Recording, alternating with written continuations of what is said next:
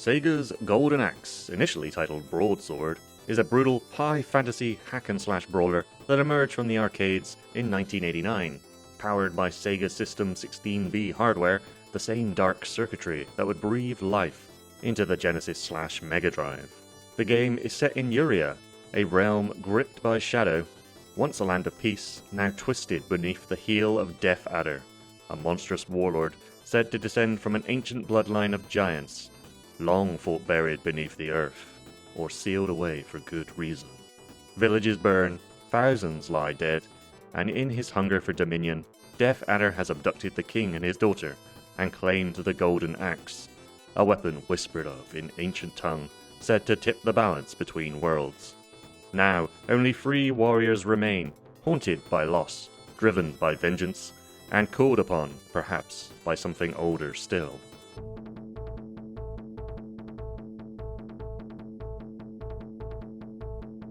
In the wake of Altered Beast's 1988 release, a strange and savage side-scroller where men's bodies twist into various beasts to fight undead hordes, creator Makoto Uchida found himself at a crossroads. It was his first time as project lead, but the beast had left him unsatisfied. Major mechanics had been gutted due to the hardware limitations, and the result, he felt, left players wary too soon. Sega, sensing potential in Uchida's supernatural creativity, asked him to dream up something new, something to rival Technos' Double Dragon that had taken arcades by storm. What emerged was a hybrid forged deep in the fiery bowels of multiple worlds, the epic steel of Conan the Barbarian, the brawling spirit of Double Dragon and Street Fighter, and unexpectedly, the enchanted kingdoms of Dragon Quest. Makoto Uchida states, "I had a feeling that arcade games should be competitive against the great hit console title Dragon Quest, and therefore studied the world of magic and swords, combined this with the gameplay of Double Dragon, and finally came up with the concept of Golden Axe." The result arrived in arcades in early 1989, like a war cry, then marched to the Genesis/Mega Drive soon after, with the home version of Golden Axe retaining much of its soul from the arcade, as well as containing its own unique features. Due to its popularity, the game would see many more ports across many other consoles. Uchida had learned from the beast's dismembered design. He assembled a small army of 100 different Sega employees to test the game and give their feedback. With a strong focus on gameplay, Uchida ensured that this time, the axe would not be dulled.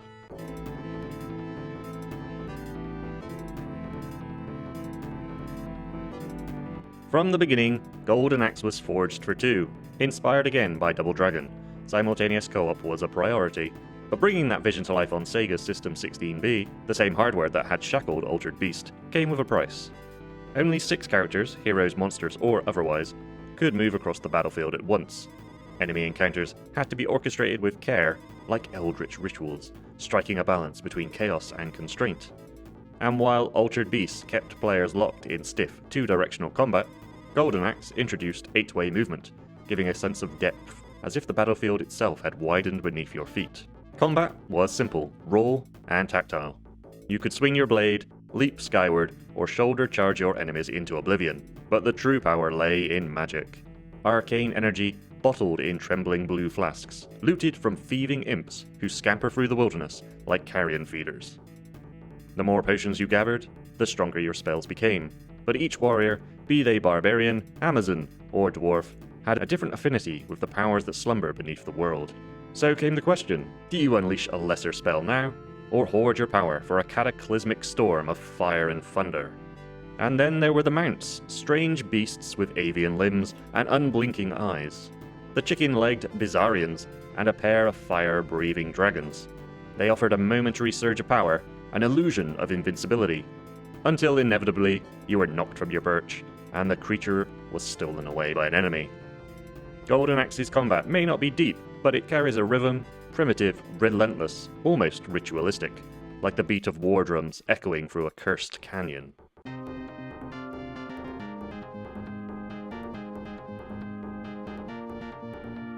Three warriors, 3 echoes of wrath. Each bears their own burden, each marked by loss, vengeance, and a thread of destiny that binds them to the shadows looming over Uria. Let us begin with the one who stands at the center of the myth. Axe Battler, the archetypal warrior, carved straight from the mold of Conan the Barbarian. cloaked in muscle and grim resolve. He is the most balanced of the trio. His weapon, a broadsword, his magic, earth, drawn from the bones of the world itself. When Death Adder's army butchered his mother, he heard her final scream carried on the wind, an echo that still haunts him, driving him forward like a curse he cannot shake. Tyrus Flare, a sword-wielding Amazon whose presence burns like the flame she commands. Her parents were slain by the same evil that now blankets the land, and she channels that grief into fire magic of devastating potency. The strongest spells belong to her, and yet she is the most fragile.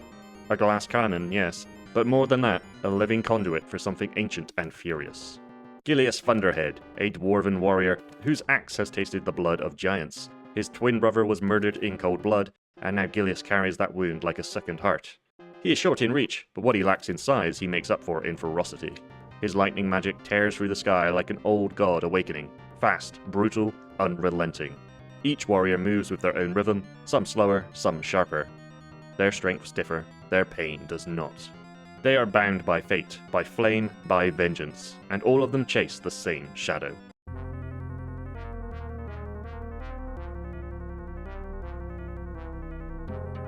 Let us dive into the Genesis/Mega Drive version of Golden Axe, where Death Adder has seized the mythical weapon and taken the royal family hostage. The land of Uria is fractured, haunted by his tyranny, but this story isn't told through dialogue. It's etched in the ruins, in the corpses along the roadside, and in stages that pulse with life. Our heroes' journey begins in the old Firewood Kingdom, out in the wilderness of Uria. In the arcade version, Axe, Tyrus, and Gilius witness their friend Alex fall here. Yet another reason why Death Adder and his army must be destroyed. After dispatching the weakest of his minions, the path to Turtle Village is blocked by the Bad Brothers, a pair of hammer-wielding giants. But nothing can stop our warriors' resolve, especially while riding that chicken-looking beast. Wait, it's gone now. Okay, if we can just land a hit. There we go. After a brief rest by the campfire, they press on through Turtle Village. The remaining villagers flee from the Dark Army, now accompanied by fire-breathing dragons. Fortunately, the warriors can tame and ride these beasts, turning the tide of battle in their favor. Stay still, you thieving little git. As it turns out, the village rests on the back of a giant turtle, which carries everyone south to the mainland.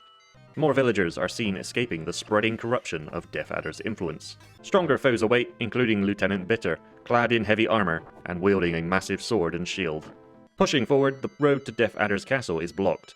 The only route left is the Fiend's Path, a perilous trail that leads across the back of a colossal eagle. As they soar through the skies, the undead rise to halt their progress. At last, the heroes arrive at the castle of the Southwood Kingdom, now under Death Adder's rule. In the arcade, this would be the final confrontation, but not so in the Genesis/Mega Drive version, though I'm getting ahead of myself here. Skeletons relentlessly pursue the trio as they disembark from the eagle's back. The Dark Army throws everything it has at them to prevent their advance. Finally, the warriors come face to face with the tyrant himself, and an epic battle ensues. They emerge victorious, freeing the king and princess. But it's not over yet. The king reveals a grim truth. Death Adder may have only been a pawn, following orders. A greater evil lurks in the depths of the castle. The dungeon must be braved to face the true mastermind. Our heroes, undeterred, descend into the shadows and face the last of the dark hordes, including statues that stir in the dark and strike without warning. At the end of it all stands Deathbringer, the true puppet master, flanked by two skeletal warriors with the highest health of any enemy in the game. Pro tip, focus your efforts on the big bad, those skeletons are just a distraction. The battle is long and brutal, but fueled by determination and vengeance, the trio prevail. As Deathbringer's axe crashes down upon him, the land of Uria is finally free, and their quest is complete.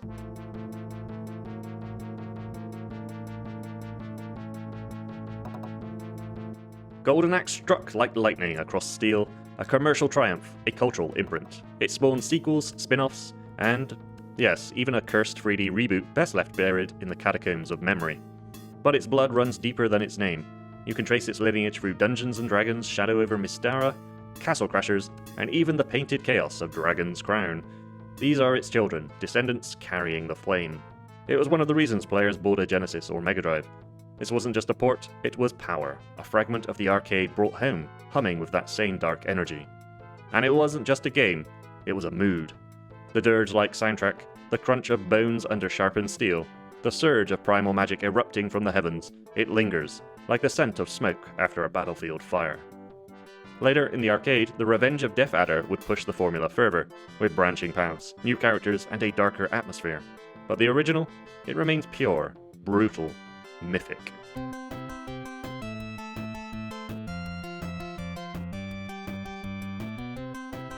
In a world scarred by endless war, choked in shadow and scorched by fire older than kings, 3 warriors rose. Not for gold, not for praise, but because no one else would. Golden Axe stands as a relic of a savage age in gaming, a time when pixelated violence wasn't polished, but pure. When vengeance didn't whisper, it roared. You can wrap your eldritch tentacles around Golden Axe on Nintendo Switch's online Genesis/Mega Drive library, and in Sega's Classics collection. Now listen to this sound clip and guess down in the comments below what my next deep dive video will cover. Only winners. So, now we ask you, who was your champion? Who was your blade in the dark? And what beast would you have ridden into legend? Until next time, keep your blade sharp, your magic brimming, and your eyes on the horizon. Because somewhere out there, in a place between code and myth, the axe still waits for the next warrior bold enough to lift it. Remember to be excellent to yourselves and one another, and I will see you next time.